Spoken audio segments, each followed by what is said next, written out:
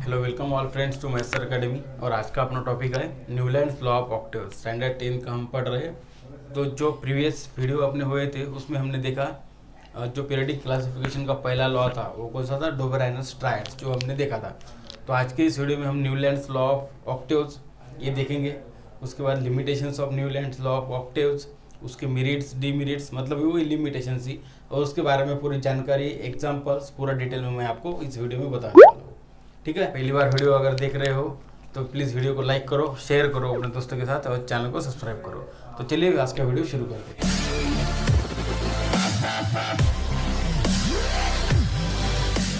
तो चलिए शुरू करते हैं न्यूलैंड्स लॉ ऑफ ऑक्टेव्स। तो आप सभी को मालूम है today 118 elements are known to the scientific world. Many scientist tried to make their own periodic table and put the elements in that table and rearrange them.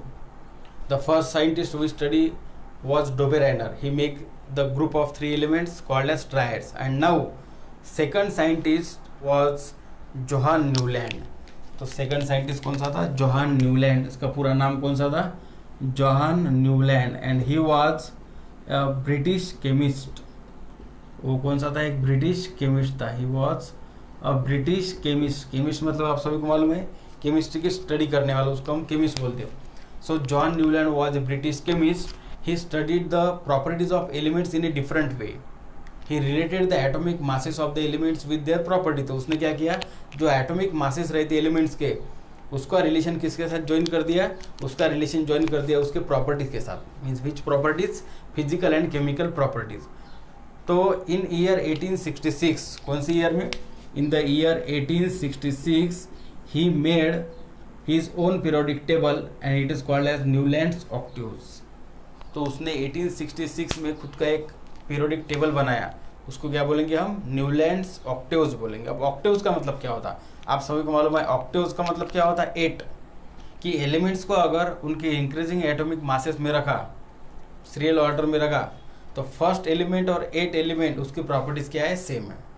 तो ऐसा उसने observe किया और खुद का एक पीरियोडिक टेबल बनाया, तो उसको क्या बोलेंगे हम? न्यूलैंड्स ऑक्टेव्स बोलेंगे। तो उसने वो एक म्यूजिक लवर था। तो John Newlands was a music lover. वो कौन सा था? वो क्या था? एक म्यूजिक लवर था। ठीक है, उसको म्यूजिक से बहुत प्यार था, बहुत संगीत के बहुत उसको संगीत से बहुत प्यार था। इसलिए उसने क्या किया, म्यूजिक के साथ उसका कंट्रीब्यूशन किया। किसका? एलिमेंट्स के प्रॉपर्टीज का, उसको रिलेशन बराबर कंपैरिजन किया तो उसने क्या किया, म्यूजिक के साथ एलिमेंट्स के जो प्रॉपर्टीज है उसका रिलेशन लगाया और खुद का एक पीरियोडिक टेबल बनाया, उसको बोलेंगे न्यूलैंड्स ऑक्टेव्स। तो आप सभी को मालूम है in the western music system and Indian music system there are 7 notes. आप सभी को मालूम है नोट्स मालूम है म्यूजिक के आप सभी को कौन से नोट्स है? सा रे गा मा पा दा नी। उसके बाद हम सा बोलते हैं, मतलब 8 नंबर पर क्या आ जाता है? डबल फर्स्ट नंबर का सा 8 नंबर पर आ जाता है। तो जैसे इंडियन सिस्टम में है वैसे भी वेस्टर्न म्यूजिक सिस्टम में भी 7 नोट्स है।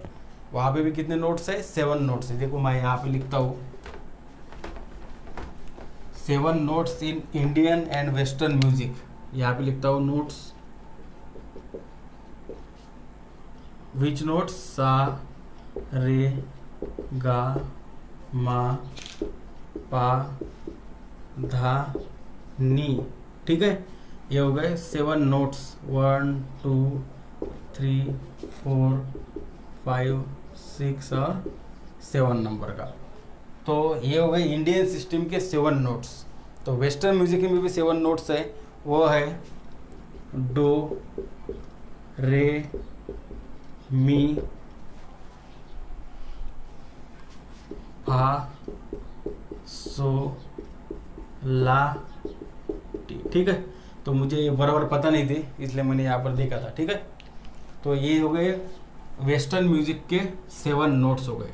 तो इंडियन म्यूजिक रहो या वेस्टर्न म्यूजिक रहो, कितने नोट्स है? टोटल 7 नोट्स है। एंड जॉन न्यूलैंड को related the properties of elements with the 7 notes of the music. तो हम क्या करते हैं, देखो हमको अगर नोट्स बोलने को बोला तो हम क्या बोलते? सा रे गा मा पा धा नी सा बोलते। लेकिन नी के बाद क्या बोलते हैं हम? सा। जो फर्स्ट नंबर का है वो कहाँ पे आता? अब 8 नंबर पर आएगा। तो इसको ही क्या बोलने का फिर? जो ऐसे अरेंजमेंट है उसको क्या बोलने का? ऑक्टेव्स। तो तो फर्स्ट नंबर का जो 8 नंबर पर उसके प्रॉपर्टी सेम है, तो उसके क्या बोलेंगे हम, ऑक्टेव्स बोलेंगे। So what is octaves, first position का 8 पोजीशन पर, मतलब उसके प्रॉपर्टी सेम, मतलब 8 नंबर पर है, इसलिए क्या बोलते हैं उसको ऑक्टेव्स बोलते हैं। ठीक है, तो एलिमेंट्स अगर यहाँ पर रखे तो जॉन न्यूलैंड्स ने क्या किया है कि एलिमेंट्स जो है वहाँ बराबर ऐसे यहाँ पर जो नोट्स है, नोट्स के बराबर सीरियल ऑर्डर में यहाँ पर रख दिए। So how many elements were known at the time of Newlands, only 56 elements were known at the time of Newlands.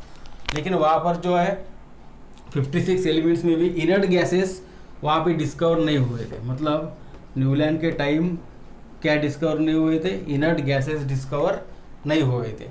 जैसे इनर्ट गैसेस आप सभी को मालूम है कौन से इनर्ट गैसेस है, जैसे आर्गन हो गया, नियोन हो गया, जेनॉन हो गया, ये क्या है इनर्ट गैसेस, ये डिस्कवर नहीं हुए थे उस वक्त, इसलिए उन्होंने इनर्ट गैसेस के लिए कुछ भी पोजीशन यहाँ पे जगह नहीं छोड़ी थी। तो फर्स्ट एलिमेंट कौन सा रहेगा, lightest element is hydrogen. Newland started with the lightest element hydrogen, so hydrogen रहेगा। उसके बाद सेकंड हेलियम, लेकिन हेलियम क्या है, हेलियम मतलब एक इनर्ट गैस है, उसको हम बोलते हैं कौन सा ग्रुप, 18 ग्रुप और 0 ग्रुप के एलिमेंट। अब ये क्या है मैं सामने आपको बताऊँ, जब मॉडर्न पीरियोडिक टेबल आप पढ़ेंगे तो आपको पता चलेगा 0 ग्रुप मतलब क्या होता है और 18 ग्रुप मतलब क्या होता है, ऐसा ग्रुप रहते पीरियोडिक टेबल में।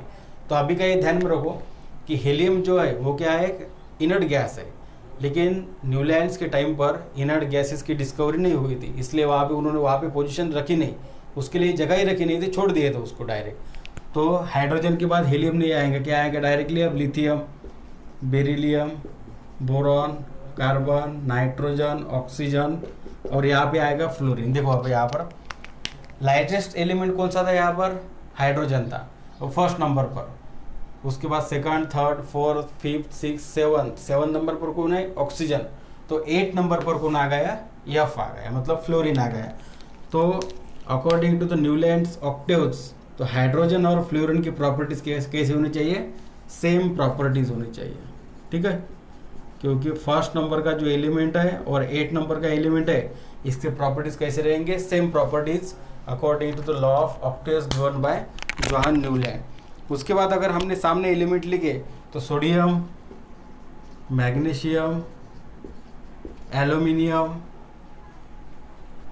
सिलिकॉन, फास्फोरस, सल्फर, ये अगर पूरा लिखा तो according to this Newlands law of octaves, तो फर्स्ट नंबर और 8 नंबर के एलिमेंट की प्रॉपर्टी सेम होनी चाहिए। तो कौन से आएंगे, लिथियम और सोडियम की प्रॉपर्टी सेम आएंगे, बेरिलियम और मैग्नीशियम की प्रॉपर्टी सेम रहेंगे, बोरॉन और एल्यूमिनियम की प्रॉपर्टी सेम रहेंगे, कार्बन और सिलिकॉन की प्रॉपर्टी सेम रहेंगे, और नाइट्रोजन और फास्फोरस के रहेंगे, ऑक्सीजन और सल्फर की प्रॉपर्टी सेम रहेंगे। ठीक है, according to the law of Newland. So उन्होंने क्या बोला था, what is the law of Newland, तो न्यूलैंड ने कौन सा लॉ दिया, he gave the law of octave, Newlands law of octaves बोलेंगे। तो उसका स्टेटमेंट क्या रहेगा फिर, according to the Newlands law of octaves, when elements are arranged in the order of increasing atomic masses, then every 8th element shows properties similar to those of the first element। तो उसको क्या बोलेंगे हम, Newlands law of octaves. Octaves क्यों बोलेंगे, क्योंकि जो 8 number का, फर्स्ट नंबर का और 8 नंबर का जो एलिमेंट रहेगा उसके प्रॉपर्टीज एक तो सेम रहेंगे या फिर ग्रेडेशन में रहेंगे। ग्रेडेशन का मतलब होता प्रॉपर्टीज यहाँ पे कुछ नंबर से बढ़ गए, यहाँ पे सेम नंबर से बढ़ेंगे, यहाँ पर सेम नंबर से बढ़ेंगे, ऐसा ग्रेडेशन रहेगा। एक तो उसके प्रॉपर्टीज सेम रहेंगे या फिर उसके जो कुछ कैरेक्टरिस्टिक्स है वो कम होंगे या फिर ज़्यादा होंगे, लेकिन सिमिलर मैनर में रहेंगे। तो उसको क्या बोलेंगे हम, न्यूलैंड्स लॉ ऑफ ऑक्टेव्स। ठीक है, Newlands started with lightest element hydrogen. तो उस टाइम पर कितने एलिमेंट्स पता थे, at the time of Newlands only 56 elements were known. He started with the lightest element hydrogen. Lightest element कौन सा है, हाइड्रोजन है, वहाँ से उन्होंने स्टार्ट किया and he ended with the thorium, ended up with the thorium, और and कहाँ पे किया, थोरियम पर एंड किया। ठीक है, सो अगर हमने बाकी एलिमेंट्स यहाँ पे लिख लिए तो क्या आएगा, chlorine, potassium, calcium, chromium, titanium, manganese और फेरस। फेरस मतलब क्या होता है, आयरन आएगा। ठीक है, तो ऐसे अगर हमने एलिमेंट्स लिख लिए तो यहाँ पर मैंने सिंबल लिख लिए। तो according to the Newlands law of octaves the properties of fluorine and chlorine will be same. Fluorine, chlorine और ब्रोमीन ये तीनों आप सभी को मालूम है क्या है, ये हैलोजेंस। इसको क्या बोलेंगे हम, हैलोजेंस बोलेंगे। अब हैलोजेंस मतलब क्या होगा वो आपको पीरियोडिक टेबल पढ़ने के बाद पता चलेगा। फ्लोरीन, क्रोमीन, ब्रोमीन ये तीनों की प्रॉपर्टीज क्या है, सेम है। हाइड्रोजन की भी सभी की प्रॉपर्टीज क्या है, सेम है। इसलिए क्या बोलेंगे हम उसको, हैलोजेंस। मतलब ये क्या है, क्लोरीन, फ्लोरीन, ब्रोमीन ये हैलोजेंस है। तो according to the Newlands law of octaves इनकी प्रॉपर्टीज क्या है, सेम है। उसके बाद लिथियम और सोडियम की प्रॉपर्टीज सेम है। सोडियम और पोटेशियम की प्रॉपर्टीज सेम है। पोटेशियम और कॉपर की प्रॉपर्टीज सेम है।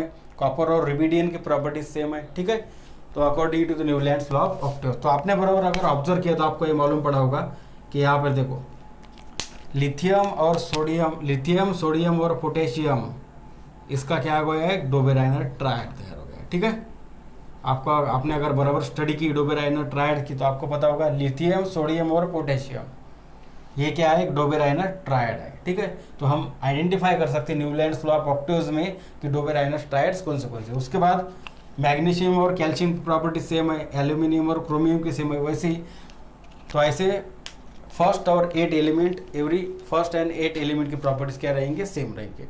This was all about the Newlands law of octaves. तो चलिए देखते हैं अब न्यूलैंड्स लॉ ऑफ ऑक्टेव्स के लिमिटेशंस कौन से हैं। लिमिटेशन मतलब उसके डिमेरिट क्या है, उसके फॉल्ट्स कौन से हैं। न्यूलैंड्स लॉ ऑफ ऑक्टेव्स के जो अरेंजमेंट उन्होंने की थी उसके फॉल्ट कौन से देखेंगे।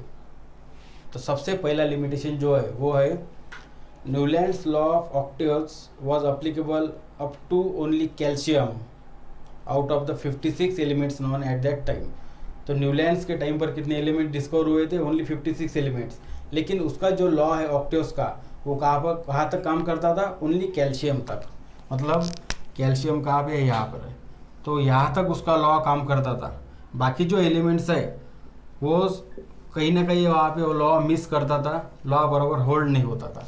This was the first limitation of the Newlands law of octaves. Which is the first limitation, this law was applicable only up to calcium out of 56 elements known at that time. ठीक है, उसके बाद second जो सबसे बड़ा drawback है, मतलब सबसे बड़ा जो लिमिटेशन है, तो वो है कि न्यूलैंड्स ने क्या किया था कि कुछ जगह ऐसे है कि वहाँ पर एक साथ दो एलिमेंट्स रखे। देखो यहाँ पर कोबाल्ट और निकेल एक साथ रखा, यहाँ पे Ce और La एक साथ रखा, तो ये तो गलत बात है ना। तो उन्होंने बोला था कि एलिमेंट्स को कैसे रखेंगे, इंक्रीजिंग एटॉमिक मासेस में रखेंगे, ये तो बराबर है।